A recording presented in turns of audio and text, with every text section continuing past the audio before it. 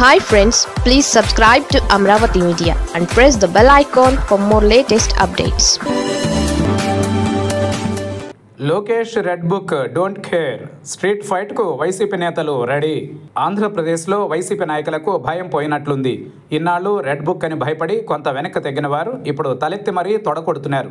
నిన్న మొన్నటి వరకు 2-3 వైసీపీ నేతలు మాత్రమే బయటకు వచ్చి అధికార పార్టీపై విమర్శలు చేసేవారు.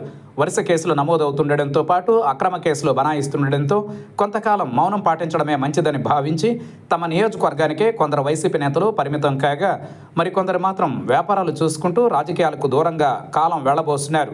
అయితే కూటమి ప్రభుత్వం ఏడాది అయిన తరువాత మాత్రం నేతలందరూ ఒక్కొక్కరుగా బయటకు వస్తున్నారు. ఏడాదిలోనే కూటమి ప్రభుత్వంపై వ్యతిరేకత ఏర్పడడంతో పాటు ప్రధానంగా తమకు కూటమి వల్ల ఇబ్బందులుగా ఉన్న తూర్పు, పశ్చిమ గోదావరి జిల్లాల్లోనూ కొంత అనుకూలత కనిపిస్తుండటంతో ఇప్పుడిప్పుడే మీడియా ముందుకొచ్చి అధికార పార్టీపై విమర్శలు చేస్తున్నారు. వల్లభనేని వంశీ, పోసాని కృష్ణమురళి, నందిగం సురేష్, కాకాణి గోవర్ధన్ రెడ్డి లాంటి వారు జైలుకెళ్లి బయటకు వచ్చారు. కేసులు పెట్టినా మహా అయితే 2 నుంచి 3 నెలలు జైల్లో ఉంటామని, ఆ తర్వాత నియోజకవర్గంలో సానుభూతి పెరగడంతో పాటు తమకు వచ్చే ఎన్నికలలో అడ్వాంటేజ్గా మారుతుందని లెక్కలు వేసుకుంటున్నారు. అందుకే దమ్ముంటే కేసులు పెట్టుకోవాలంటూ సవాల్ విసురుతున్నారు. వైఎస్ జగన్ పదే వచ్చే ఎన్నికల్లోనూ గెలుపు తథ్యమని చెబుతుండటంతో పాటు అవసరమైతే కొత్త తరం నేతలను ఎంపిక చేస్తామని చెబుతుండటంతో ఇక బయటకు రాక తప్పడం లేదు.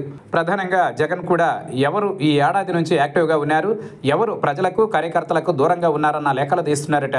వారు ఇన్నాళ్లు బయటకు రాకపోవడానికి గల కారణాలపై కూడా నివేదికలు తెప్పించుకున్నారని తెలిసిన నేతలు ఇక అసలుకే ఎసరు వస్తుందని భావించి ఇప్పుడు స్ట్రీట్ ఫైట్కు సిద్ధమయ్యారు.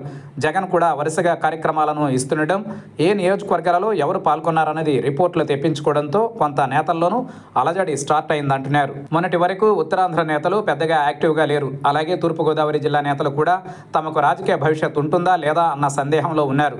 అయితే కాపు సామాజిక వర్గంలోనూ కొంత సానుకూలత ఏర్పడడంతో పాటు జగన్ వైపు కొన్ని వర్గాలు మొగ్గు చూపుతున్నాయని తెలుసుకున్న నేతలు ఇక దూకుడుగా వెళ్లాలని నిర్ణయించుకున్నట్లే కనపడుతోంది.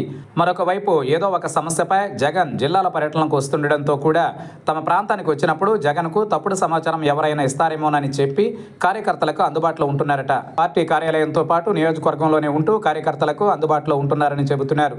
మొత్తం మీద ఏడాదిలోనే ఫ్యాన్ పార్టీలో ఎంత మార్పు అని సొంత పార్టీ నేతలే ముక్కున వేలేసుకుంటున్నారు.